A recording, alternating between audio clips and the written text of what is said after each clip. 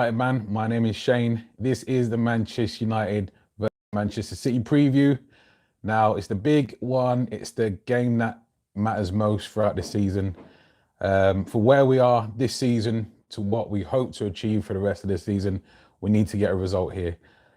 Today, I'm here not in my normal place of content. We're in Manchester. We're in a hotel waiting to support Manchester United, hopefully get the win. Here with my wife, who is also an avid Manchester United supporter, the good woman behind the man. Some major points, really. Wanted to touch on players that are unavailable. At the moment, we know Rashford and Pogba aren't back yet. As it stands, Wan-Bissaka missed the last couple of games. Daniel James and Harry Maguire obviously missed as well. Hopefully, both Aaron Wan-Bissaka and Harry Maguire make it back for the game, obviously. Now, I'd like to see us be at full strength for this game, but that's not to be the case. If we had Rashford available, I'd be more than confident in this one, just purely because of he creates goals and makes goals on his own. However, we do have our own new talisman in Bruno Fernandes. So if he's up to the task, we shall see. This is the big one now. He so far has been imperious in all his performances. So hopefully he can bring it out against the big boys. We shall see. Now, some of the danger men for City, well, they've got loads. Obviously, Kevin De Bruyne may be out. He may be back. I feel like Pep Guardiola is kind of playing the game as is Ollie with Maguire, I'm hoping. But City's danger men, I'd identify him probably Raheem Sterling if he's on song. If Aaron Wan-Bissaka doesn't play, I feel like we're in trouble. I really do, because Wan-Bissaka, every single time he's gone up against Raheem Sterling, I've forgotten that Sterling's on the pitch. Such is the performance of AWB. Now, as we all know, City have more than one talisman in their ranks, namely Bernardo Silva as well. I feel like if he plays, he's got bags of energy, tons of quality, and links up with Sterling, Gabriel Jesus, or Aguero, whoever's up top. Now, De Bruyne is the obvious one if he plays. Bernardo's obviously the obvious one, and so is also Raheem Sterling. Only problem is we don't have a ball-playing midfielder in terms of receiving ball under pressure like City do, and that guy is Rodrigo. Rodrigo, I feel like, is kind of underestimated at City. He does very well in terms of his defensive duties. He does really well there in terms of ball retention, receiving the ball under pressure. Now, I'll go on about this all the time in terms of Fred and McTominay. McTominay, I still feel like if we had Pogba available with Bruno and a specialist defensive midfielder, I don't think McTominay would get near the starting lineup, in all honesty. Before he was in the starting lineup, before he got injured, for me, it was a similar thing. Get the ball under pressure, lose it.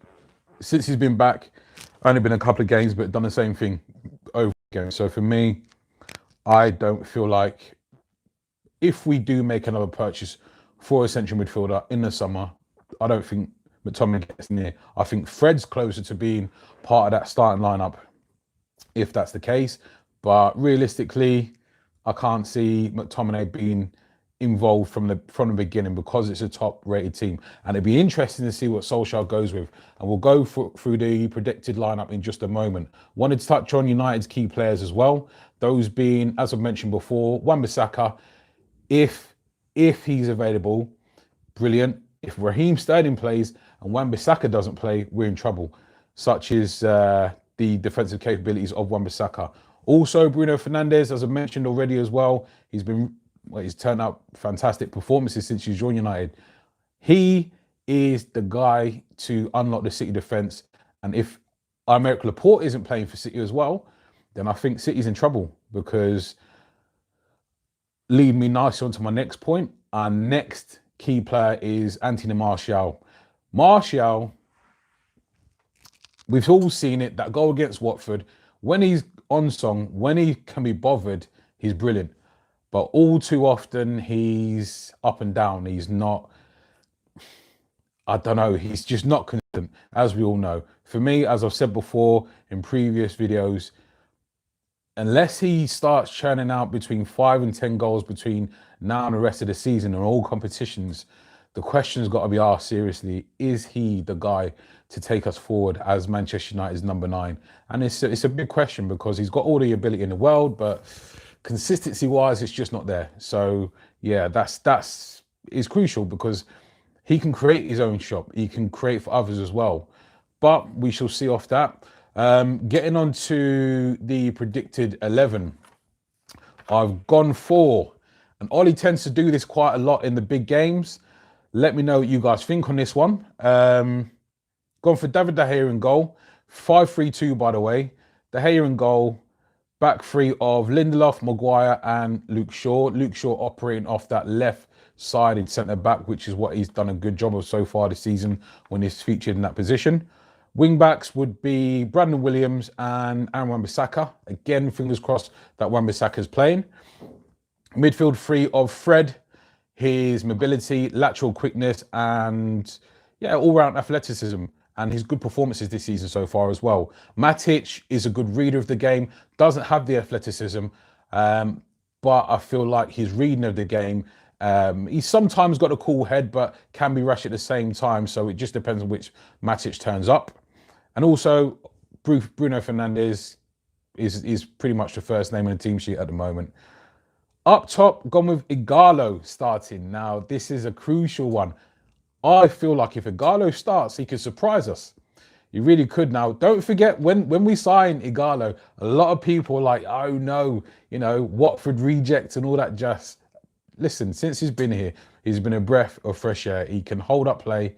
He brings other people in to the fray. And yeah, it's a different option. That's what I keep saying to people. The fact that we've got another option is as I say, it's gives us different ideas and gives the other team something else to think about. Martial obviously got to be up top next to him if he turns up, though. Let's see.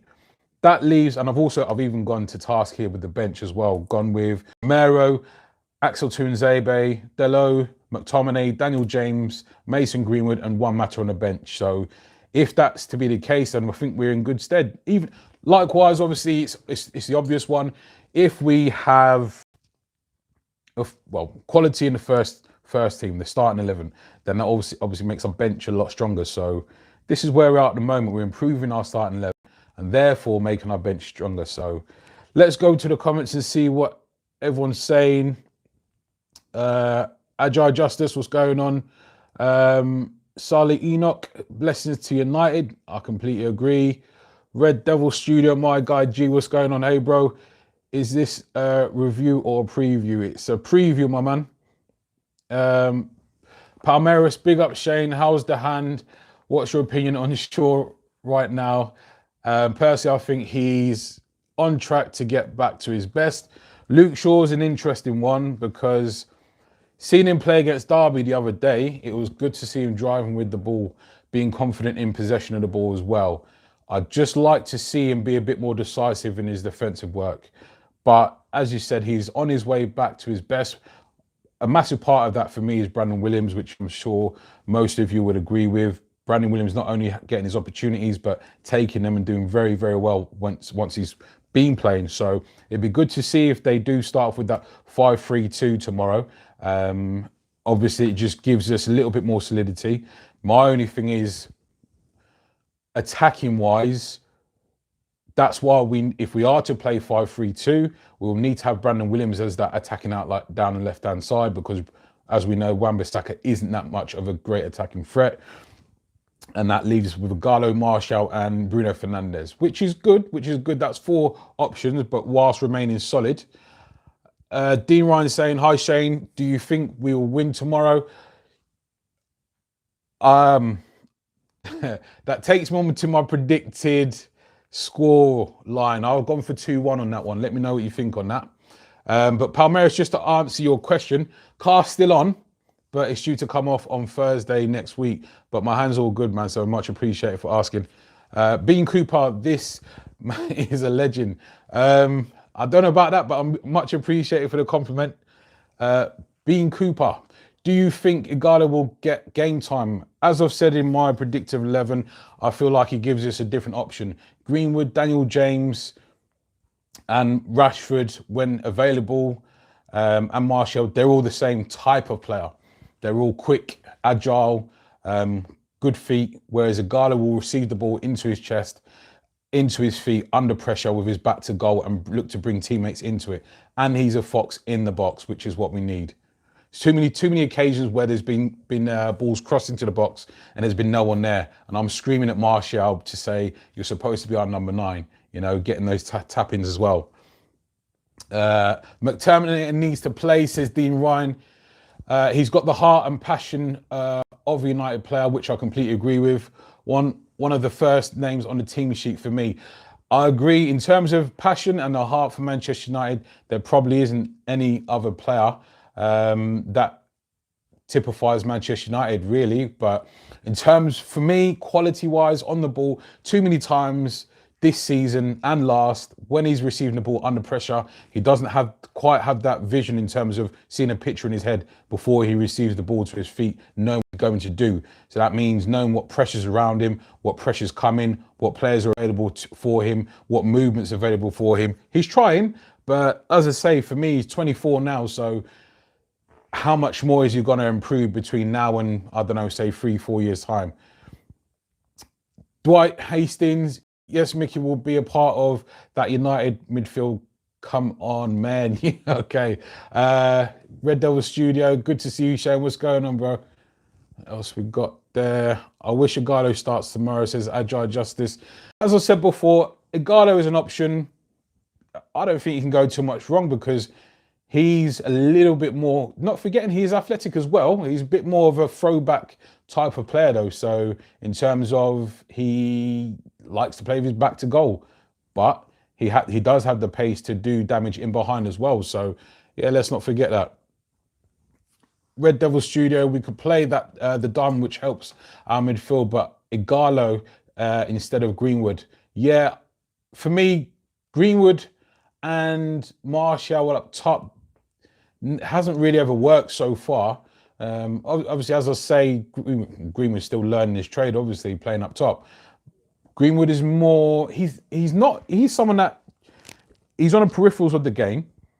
He'll be in and out of the game, and he'll do a piece of magic, score a mad goal, and then you won't see him again for the next 10 minutes and do another piece of magic. So Greenwood, for me, he'd need to be operating off the right-hand side, coming in on his left-hand side if we were to start with him. But as a two with Martial, I feel like you need a complementary piece next to Martial and Igalo. Like you said, G, he'd need to really be in place of Greenwood. But make sure, if you're watching, go and check out Red Devil Studios channel as well. He does tons and tons of content. He stays with it, stays consistent. So make sure you go and check out his channel, guys, as well. Bean Cooper, who would you say is a top 5 passionate Man United players? Top 5? That's a question. Top 5. I honestly don't feel like there's that many players that are that passionate about Manchester United in terms of their performances on the pitch anyway. But I'd have to go with McTominay. Igalo's up there, obviously, a new arrival. I'd go with Rashford as well. I'd also say, I know it's a bit of a strange one, but I'd also like to say Fred. His performances and his improvement, I feel like, warrants praise and warrants the development as well. We obviously spent 50 mil on him, and he's kind of returning that now, getting to some good form for Manchester United, and he's been pretty consistent over the past few months. So for me, Fred as well. And I'd like to say, realistically, Luke Shaw. Let's be honest, when he's been ousted, he's been put out into the public eye by Mourinho several times. He's just got on with it, and he said obviously numerous times he loves playing for the club. So I'd have to go with them guys. But in terms of football nowadays, you don't really get loads of players that are passionate for their club, unfortunately. It's a lot of money that's involved. So money first, money talks, I suppose. Dwight Hastings says, what do you think about that diamond midfield last week against Matic and Fred. Imagine Pogba in that diamond now. Wow, that's a good point there, Dwight. Pogba, for me, he'd have to operate off the left side of the diamond. You'd have, because he likes to come in on his right hand side, and he always dribbles that. I'll never forget the stat. I think it was his second season where Pogba completed his most dribbles. It was always on the left hand side of the pitch. Rarely on the right hand side did he even attempt dribbles. So clearly likes that left side for some reason. So for me, if we were to play a diamond and Pogba was there, it'd be Matic at the base of the diamond, in the CDM role. I'd go with Fred on the left side, Pogba on the Fred on the right, Pogba on the left, and Bruno at the point of the diamond. That's quite solid and very creative as well. So I'd like to see that experimented with. Whether we get the opportunity to or not, that's a different matter, but we shall see. What else are you guys saying? Ajay Justice has said, what do you think about Williams starting instead of Shaw? I think that with that strong in that position now at left back, I wouldn't be too fussed as to who started really. I feel as though Brandon Williams has earned the right to start and challenge Luke Shaw. Likewise, I feel like Luke Shaw has earned the right to ultimately keep his place. But Brandon Williams, his performances since he's joined the first team, his performances warrant giving him opportunities. Not forgetting he can play on the wing as well. He is an accomplished attacker, or an attacking winger, I should say. So we've seen him crossing the ball with his left foot as well as his right. So that's why I'd like to see. Well, I'd prefer to see Brandon Williams playing in that left wing back position. Should Ollie go with that tomorrow as well? I do feel like in all the big games, though, Ollie does have a preference to go 3-5-2. But the diamond, because City doesn't play with much width until Mahrez gets on the pitch. City do play with quite a narrow midfield. So, and with Leroy Sané still being out long term, they've not been playing with that much width and since end of last season, I think it was now. So I think we could get away with playing the diamond as well. If we were to go with a diamond, I don't know if we're going to get that much creativity or mobility, because we'll have to put Mata in, I feel. I know guys want to start McTominay, but I just feel like when we're going against the top teams, we have to be able to keep possession of the ball. We have to be able to receive the ball under pressure. You guys would have seen it. You would have seen McTominay losing the ball so many times under pressure, and I don't feel like we can afford that luxury against Man City. He was losing the ball against Derby quite a lot. So even though I didn't see how that worked out, because I seen after about 55 minutes there was a pass completion percentage that came up, and McTominay's was something like 92, but I don't know. Right, what Dwight Hastings is saying, Pogba and Bruno will complement each other well. If we ever get to see it, Dwight, I completely agree. I just don't know if that'll be the case. And even if it does, we know that Pogba's only really playing to get himself into the Euros. That's what it comes down to. If you see obviously Pogba and McTominay got injured at similar times, and they also had sort of, similar times to come back. Really and truly, if you've seen, like you guys were saying, if you've seen McTominay's urgency and determination to get back playing versus Pogba's putting out all the videos in terms of him being fit and working back to fitness, but where's his determination to get back to the pitch? It's one of those things where I don't know. Like I said, I just feel like he's playing for his move and playing to get into France's squad for the Euros. I miss anyone's. Bean Cooper, do you think Ighalo is a club legend? I don't feel like he's a club legend yet. I just feel like because he is a fan of Man United, because he wants to do his best for Manchester United, ultimately he's going to give his all. And you can see it was when he's on the pitch, he's running his hardest, he's trying his hardest. Bearing in mind, he's still not fully fit yet. The season wasn't on. The season was, I think it's postponed. First of all, there was on their pre-season. Then it was postponed because of the coronavirus stuff. and now he's working his way back to fitness. I think that was his first 90 minutes against Derby. So yeah, it was good to see, and I was glad to see him scoring goals as well. Apart from Bruno and Pogba, who do you think is our most creative player? Angel Gomez. For those of you that see my content before, you'll know that I'm a big advocate of Angel Gomez, and I feel like it's a travesty that he hasn't been given opportunities, but he's obviously not a favourite of Ollie. Ollie made a statement in pre-season before that he felt like Angel Gomez was too small. When you make statements like that, and you can see the evidence from leading on from that point, he's had limited opportunities. So yeah, it's hard to see. It's hard to see Angel Gomez not getting the opportunities. We're crying out for that low center of gravity type of player. We're crying out for that player that can unlock defenses, can jink past players. But Ollie just doesn't seem to fancy having Angel Gomez in his side, I suppose. He's giving Tahith Chong starts ahead of Angel Gomez. So I can only see Angel Gomez leaving, unfortunately. But yeah, Bruno and Pogba, easily our most creative players.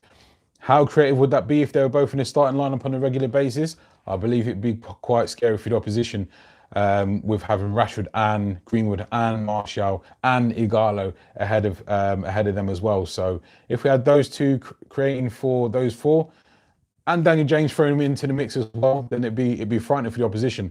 Bearing in mind, I've seen whispers about Ighalo actually his deal being made permanent. Now, Ollie wouldn't have signed him on a loan deal if his attitude wasn't correct for the squad. Now, Ollie is a massive advocate of signing players who have the right attitude, right aptitude, right mentality, and right determination for the club. Look at every single signing that Ollie's made so far. They've all made an impact positively in one way or another. So, likewise, I've stressed the point before where he has gotten rid of a lot of deadwood. All the players that we were crying out for before in terms of being deadwood in that club, Ollie's got rid of. And the only mistakes I would say that Ollie made in terms of getting rid of players or allowing players to leave would have been Ander Herrera. Now, I know Lukaku kind of wanted to leave, but if he really wanted to, he could have kept Lukaku, because obviously he stopped playing. He stopped starting Lukaku. He ended up bringing him off the bench. So yeah, it's but he's done really well in terms of his recruitment, has Ollie. So I've got to give him props for that as well. Red Devil Studio. Also, mate, I should be at the game tomorrow. Would be good to catch up. Are you at the game tomorrow, G? Where are you sitting, G? Or in fact, send me a message where you're sitting, and yeah, we should be able to catch up. Palmeiras, I'm one of Matic's biggest critics, but he's been crucial to our recent performance. Palmeiras, there, that's a brilliant shout. Our resurgence and consistency, obviously unbeaten in 9. Probably should have done Everton over, even though he was hanging on towards the end there. But again, that's where the more players, you would have heard me say before, the more players you have on the pitch that can either create their own opportunity or create for others, the better, because that means the other team has to account for more players and more, I suppose, danger runs and goal scoring opportunities. The less, if you play it safe with Fred, Matic and Pereira, like we was doing for a long time, and we only had Marcus Rashford as a threat, the opposition just sits on Rashford. They double or triple team him, and then because they know there's no other real threat. So yeah, I feel like Matic has been massive to our resurgence, and he's been consistent. He has been very consistent. Lateral quickness, he doesn't have that really anymore, but he has the know-how, he has the understanding, he has the positional sense. So yeah, no, it's brilliant. And it's good to see as well, because I thought it was out the door. What else are you guys saying? Do you think Lingard and Pereira will feature and be sold in the summer? I think Ollie has a thing for Pereira, and I don't know why. Lingard, I think, kind of sealed his fate when he signed up with the super agent that is Mino Raiola. So, and I don't know what his intention was when signing with him, but as we all know, the history with Mino Raiola and Manchester United is not good. Raiola doesn't particularly like Manchester United, and Manchester United certainly don't like Raiola. So Lingard signing with him, normally angling for more money or a move. So yeah, Lingard for me will be out the door. Pereira, I think he's safe in the club. For me, Pereira, if he had the ambition to be playing first team, he would have been going a lot. He would have been gone a long time ago. But yeah, I don't know. He for me is just a bit of a squad player, and he seems happy to be that as well. Matt Rush says, Bruno, come on. I'm at the game. Bring City on, says Matt Rush. Is KDB in our team or out? Ooh, it's a good call. I'm not too sure. We'll have to see in terms of whether he's fit enough or not. Mino, the monster master, Jesse is gone. Probably is. Bean Coop says, who would you like to put the team in the team if Wan-Bissaka and Maguire is injured? Eric Bailly, I think he's still working back to fitness. For me, Bailly would be better suited to this game than Lindelof. I feel Lindelof, I think, is still too tentative in the challenge as a centre back. He waits and waits and waits and waits. Way too conservative. So for me, I prefer to see Bailly there. But as I said, the team that I put forward, the 3-5-2, that's the predicted team. That's what I think Ollie will go with. So that's what I think Ollie would do, not what I'd prefer to do. For me, if Wan-Bissaka's injured, it's got to be, I suppose, Delo or Brandon Williams, I suppose. But no, I think Wan-Bissaka will be back. I think it's just one of those niggles. I'm hoping, and obviously if Maguire's not there, then it'll have to be Eric Bailly. Hopefully, Matic playing tomorrow. Most improved player, yeah, over the season. That's a great point there, Matt. I just feel like we just need to keep this consistency going. I mean, we're sitting 5th in the league right now, and we're level on points with Wolves. There's a goal difference of 6 in our favour, but we have to be super careful because Wolves, they're on a run themselves. Obviously, they've just beaten Spurs away from home 3-2. Now, we just have to be careful. I said before that I believe that Chelsea will drop points, which they did.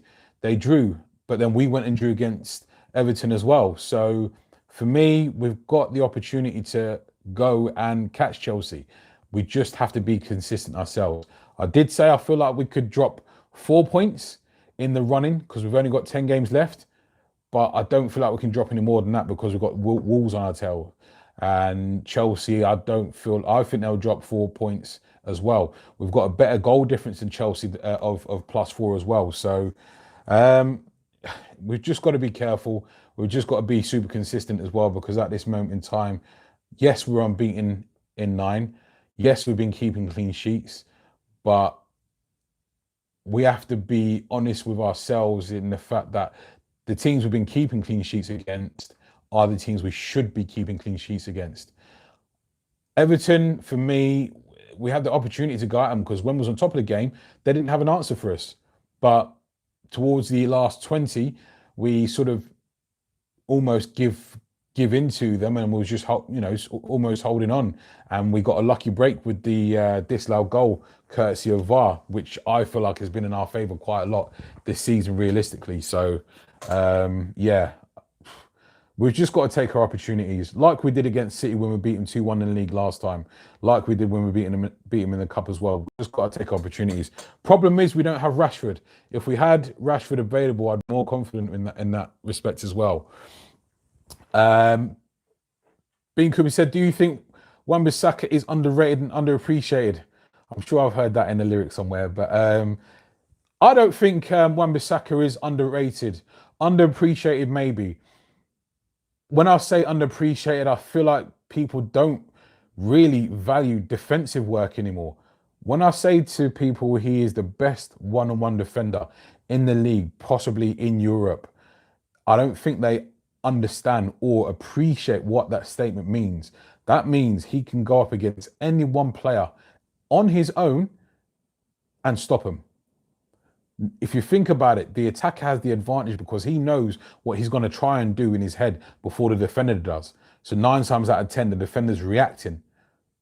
Whereas it seems like Wan-Bissaka knows what the attack is going to do. And if in the unlikely event that they manage to get past him, his recovery speed and tackling timing in the challenge is second to none. As I said before, I reiterate, it's not me that's saying he's the best one-on-one defender.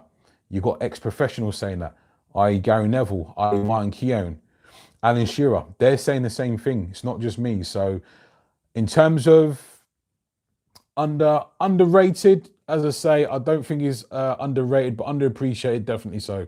Matt Rush, we must not lose tomorrow to keep pressure up. Completely agree. If we're serious about the Champions League, we've got to now, as I said, we could possibly look at dropping another 3 points, possibly, because I feel like Wolves will drop points, Chelsea will drop points, all the teams in and around us will drop points, but I feel like that's it. I'm between now and the end of the season, 10 games, 3 points, so that's 1 loss or 3 draws, obviously. So I'd prefer that not to be the case, but I feel as though we will drop points, unfortunately, like we did against Everton. Even though the game was there for the taking, I feel like we should have really, really gone for the juggling and then buried them, basically. But Chelsea will drop points, Tottenham will drop points, Wolves drop points, Sheffield United drop points, even Leicester. Not looking that far ahead, but yeah, I'm pretty sure they will as well. Just got to be consistent, got to pick up the points. And yeah, Champions League's there for the taking. We possibly can catch up with Leicester, says Bean Cooper. Yeah, just mentioned that. I don't want to look too far ahead, but that is a possibility. As just mentioned, Leicester, I believe, will drop points as well. They've just got brilliant coaching in terms of Brendan Rodgers, and he's a very, very, very, very good tactician, underrated in what he does as well.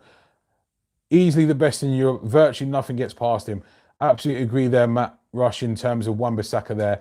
Now, that's what I'm saying. If Raheem Sterling starts and Wan-Bissaka does not start, and you get that Diego Dalot starting at right back, we're in trouble, man. we really are. I've said it before, though. If Ollie's a little bit apprehensive with playing by Maguire and Lindelof at the back, I'd really like to see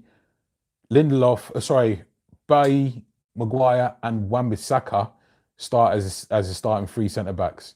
I think that's pretty solid. But if you imagine, we went with Bailly, Maguire, Shaw as our 3 centre-backs, and then we went with Wan-Bissaka, right wing back, and Brandon Williams as left wing back. That's a very, very solid defence. I feel like people would struggle to get past us. I'd just like to see that, but I think Ollie's been and staying loyal to Lindelof, unnecessarily so, I believed. Do you think Dalot has a future here? Or no, because I feel like we've got players in the under-23s coming through, namely Dylan Levitt, who will get an opportunity. I mean, if Ollie went to a permanent 5-3-2, you could put Brandon Williams at right back, Wan-Bissaka as a right-sided centre-back, as I just said. Maguire and Bailly, or Maguire and Lindelof. There's options there. I don't feel like Dalot, because he's not defensively sound, realistically, I'd have to be very, very good going forward. But he's not really good at either, so Matt Rush would love to see Ollie get manager of the month. Yeah, definitely that'd be a great achievement for him. But if we can secure Champions League place and that happens at the end of the season, brilliant. You're gonna be there tomorrow, mate. Yeah. Where are we sitting again, Real? N. N41, I think it was.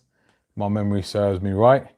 So yeah, that's the entrance that we're going in. Row NN, I think. Yeah, but yeah, at the game tomorrow as well. Hey? NN. Okay, so yeah, we're there tomorrow. So come on, United, down the city. Come on, United, down the city, and all that jazz. Okay. So yeah, gonna be doing some bits, I think, after the game with Full Time Devils. So, and before the game, possibly, I don't know, but What I'll do, I'll probably post on the community page where we'll be, because we'll probably set up outside somewhere and do like a review as well of the game, as I'm not at the games very often. So yeah, that's what we'll do tomorrow as well, possibly. But yeah, as I mentioned before, I feel we're going to get a 2-1 win. I'm hoping. Let me know what your thoughts are. What are you saying the score is going to be, love? Oh, it's going to be a draw. Draw. Yeah. Can't say that. 2-2. 2-2. Okay. Igalo to score, says Matt Rush. Listen, if we win 2-1, Igalo scores and Bruno Fernandes gets the other one from a free kick. Yeah, that'd be brilliant. I'm going to put a bet on that one, actually. I will do. But anyway, thanks for joining us. And I will be at the game tomorrow, and we'll do something after the game as well. Much appreciated for joining us, and I'll see you next one. Take care.